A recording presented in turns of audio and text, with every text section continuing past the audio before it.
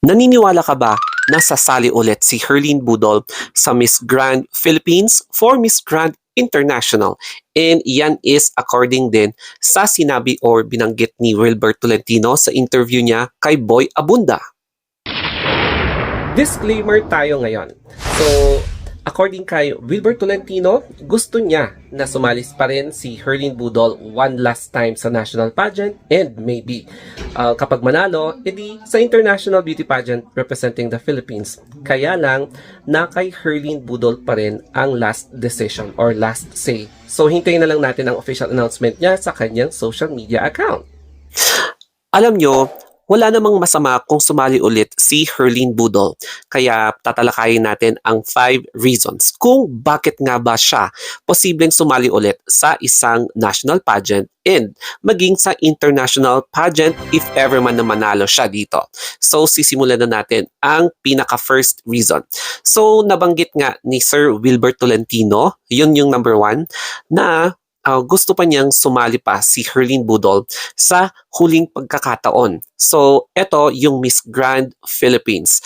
Ang kauna-unahang separate pageant ng Miss Grand Philippines for Miss Grand International. So, if ever man na manalo dito si Herlene Budol, siya ang representative ng Philippines for Miss Grand International.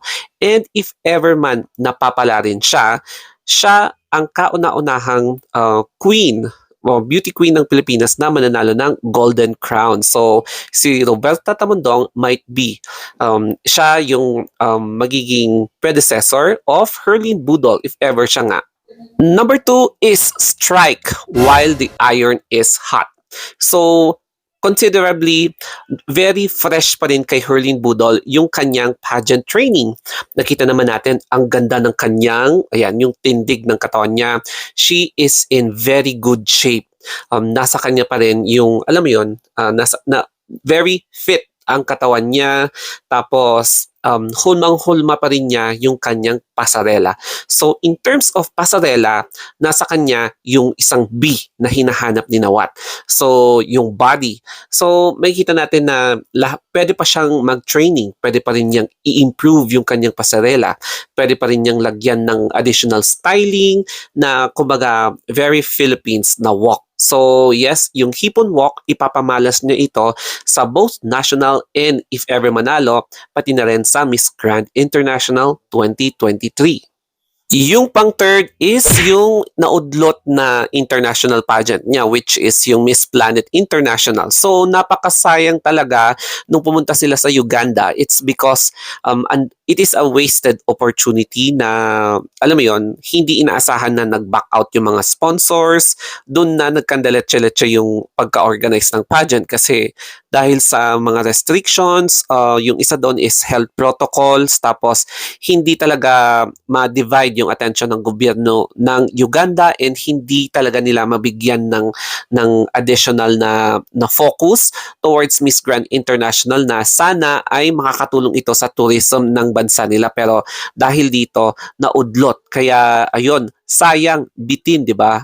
Number 4 is she is confidently beautiful with a purpose. O, di ba? Yes, nasa kanya rin yung isang letter B na hinahanap ni Nawat, which is yung beauty. And for me, yes, she is facially attractive. Makikita nyo naman, lagi siyang very fresh. Iba yung aura niya. She has that electromagnetic na charisma na madali talaga niyang makuha yung loob, madaling mabighani sa kanya yung mga fans and non-fans or yung hindi pageant followers na wow, so who is this woman? Yung ganon. And if you are going to criticize regarding sa mga enhancement, for me,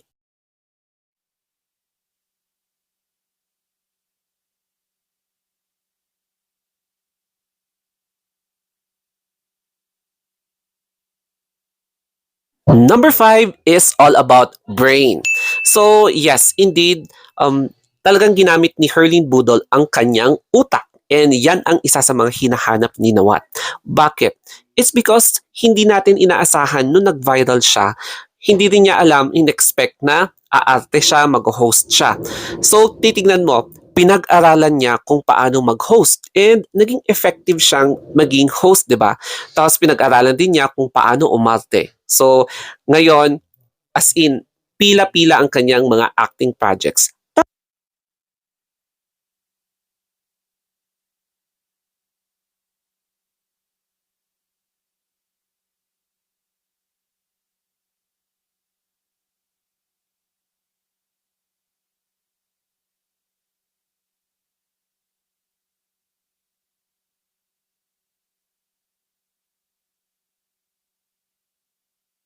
At ang isa pang bonus is yung kanyang age.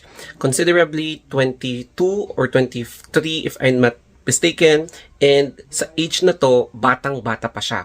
Kasi malayo pa siya sa maximum limit, maximum age limit of 28. So marami pa siyang pagkakataon para mag-training kung ano pa yung i-improve niya, such as yung sa Q&A, kung ano pa yung kailangan niyang pag-aralan, kasi learning is continuous, hindi tayo perfect. So marami pa siyang time para mag-aral, di ba? Pwede siyang i-improve pa yung kanyang pasarela, kung ano pa yung pagkukulang sa pasarela niya. Tsaka i-incorporate din natin yung mga cultures, history, yung mga ganon. Tapos, ayun, marami pang angles of improvements na pwede niyang gawin. Ang isa din sa gusto ko kay Herlin Budol is yung kanyang humility. Na kahit na ang daming mga nangbabash sa kanya, she still remain calm. So, napaka-kalma niya, deadma, and hindi siya patola sa mga bashers niya. Kaya kung ano man yung mga nagkasala sa kanya, yung mga panlalait, kahit na tinatapak-tapakan siya, tahimik lang siya kasi mas better talaga na wag pansinin yung bashers. Kasi mas lalo ka lang matotoxic kapag papansinin mo yung mga negativity sa buhay mo. Yun nga lang, binibigyan pa rin siya ng chance ni Sir Wilbert Tolentino whether or not mag-yes or sasali si Herlin Budol or hindi na sasabak sa Miss Grand Philippines. So, this will be the first time na magkakaroon na ng independent national pageant ang Miss Grand Philippines away from their mother umbrella na pageant na Binibini Pilipinas. So, it is now under kay Arnold, Sir Arnold Vega Fria, kaya lang separate na, independent ng gaganapin, hindi na siya imimix sa mga ibang national pageant crowns. So, magiging Miss Grand Philippines, wherein if ever man na manalo si Herlin Budol sa Miss Grand Philippines, siya ang isasabak at i-represent ang Philippines sa Miss Grand International. And who knows, baka nga si Herlin Budol talaga ang missing link, di ba? So missing links para makuha natin ang first ever golden crown for the Philippines. Kaya yes, hoping for the best kay Herlin Budol. Let's respect na lang kung ano yung magiging decision niya sa whether or not sasali or hindi. Ayan. Kaya that's it for my latest pageant updates, in particular with Herlin Budol. So thank you very much, ladies and gentlemen. God bless you. Merry Christmas. So